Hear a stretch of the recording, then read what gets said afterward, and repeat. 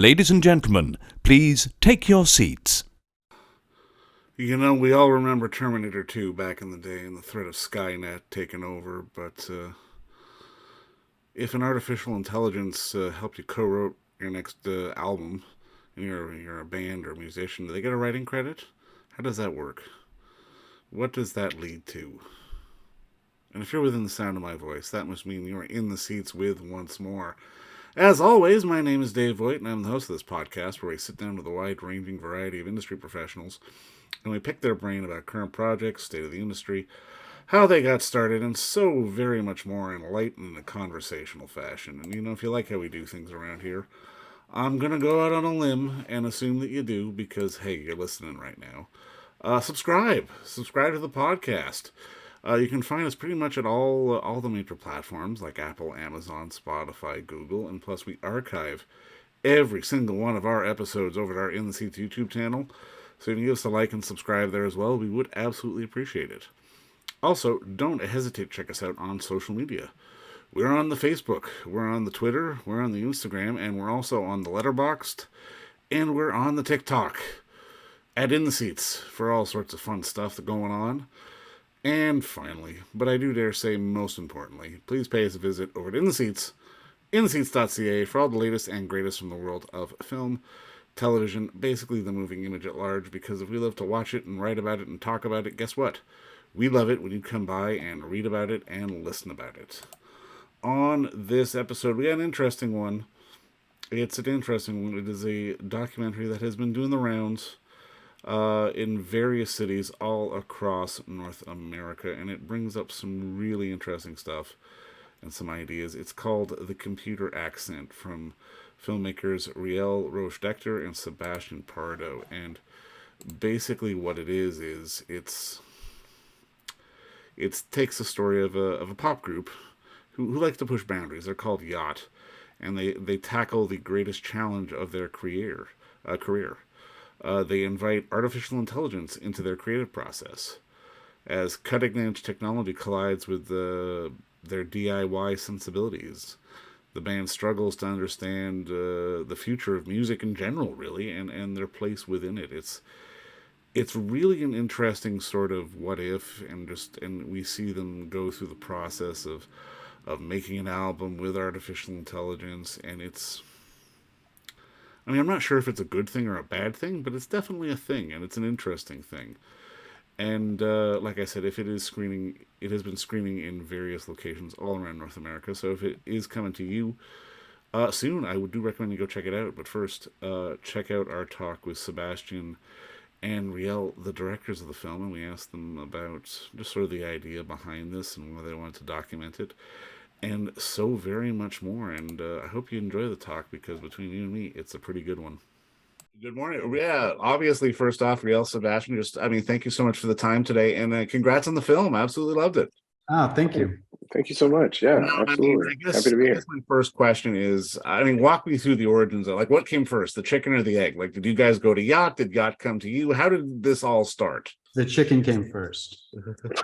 They had the idea to do the album, and that kind of made its way to us through the industry grapevine, because we've always kind of been interested in projects that push the boundaries of their medium. And even though, we don't make albums necessarily, they were looking for a team to come in and follow them and make this documentary.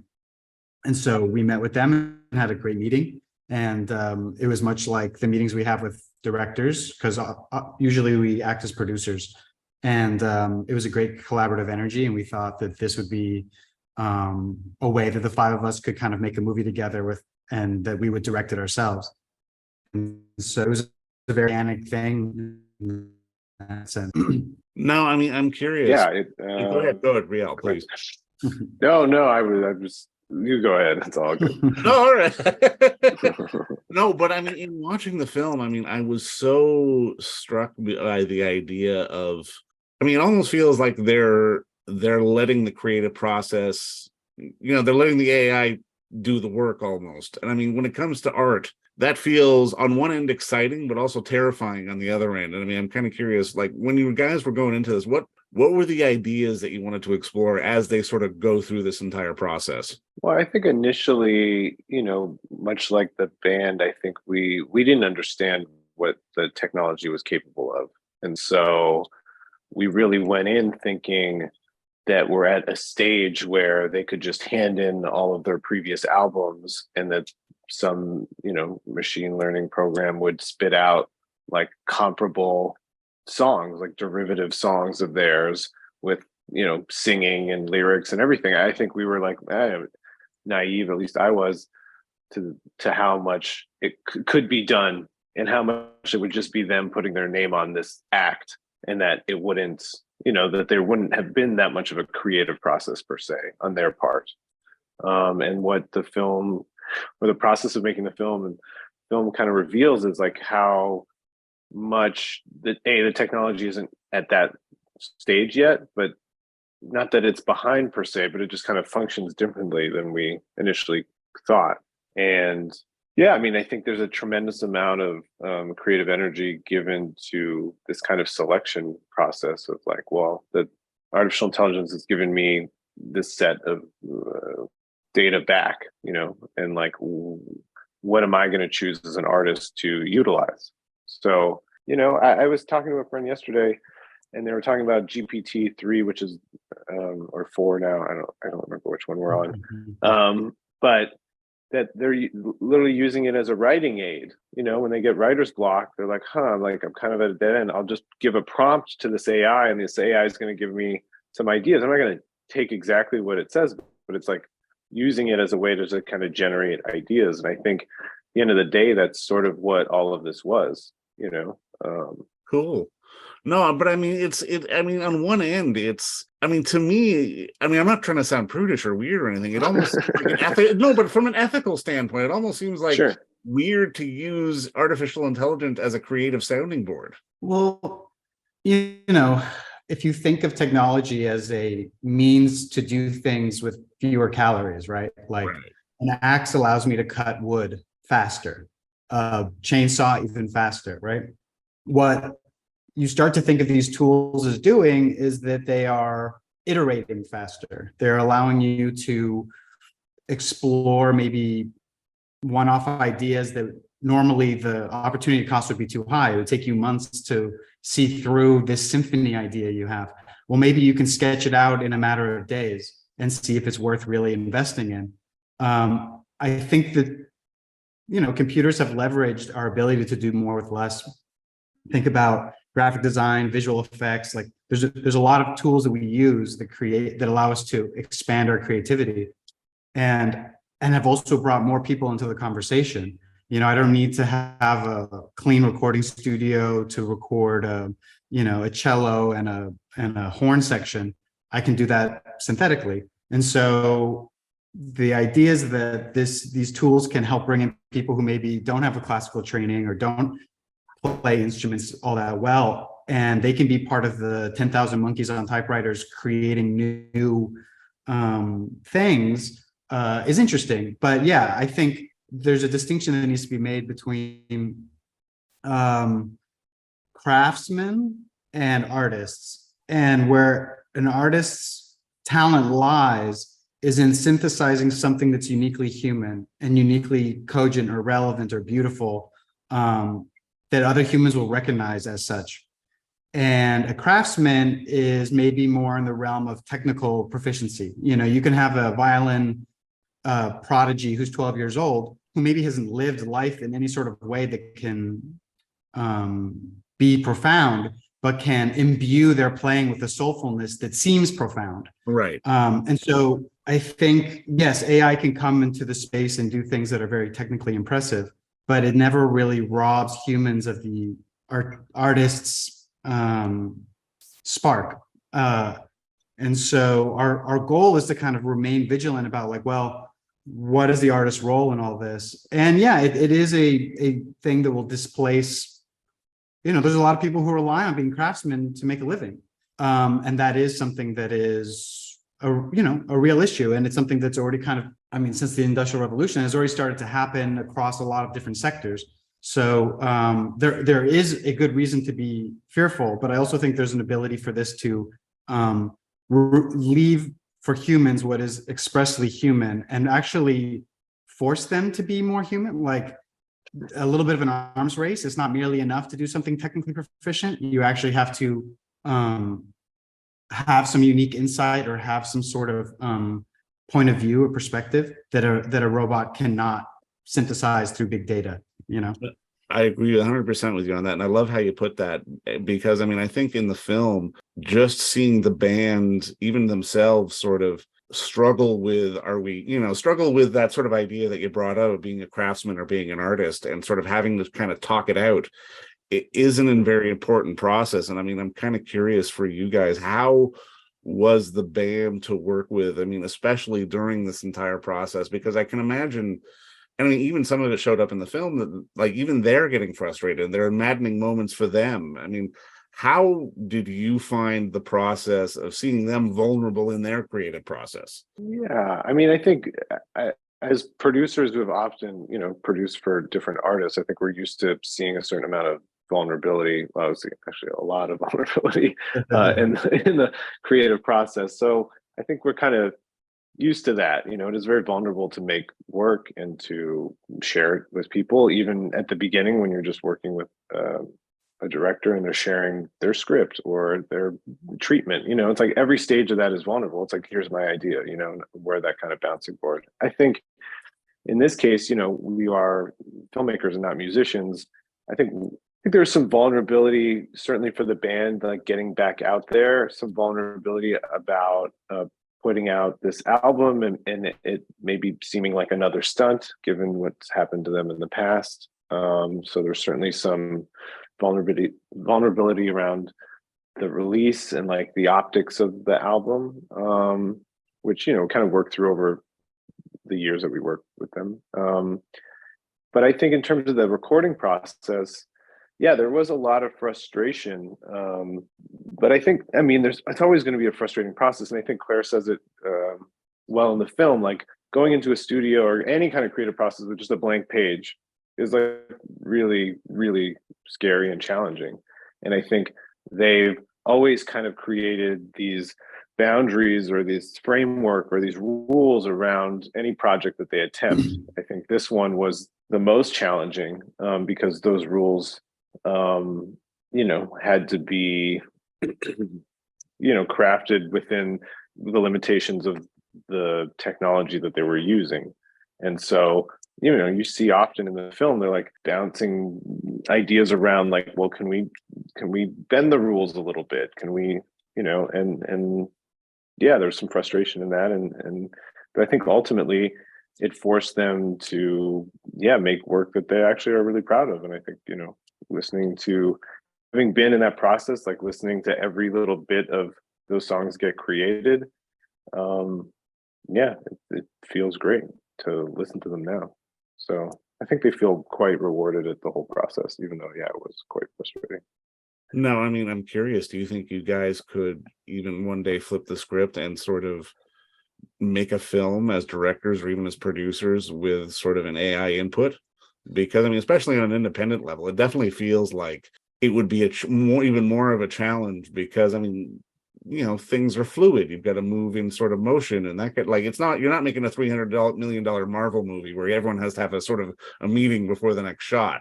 You kind of have to be, you know what I mean? Right. I think, yeah. No, I think you could make a Marvel movie that way, but I think that would actually maybe consolidate dissent in a way. We're like, well, the machine says this is what has to happen next.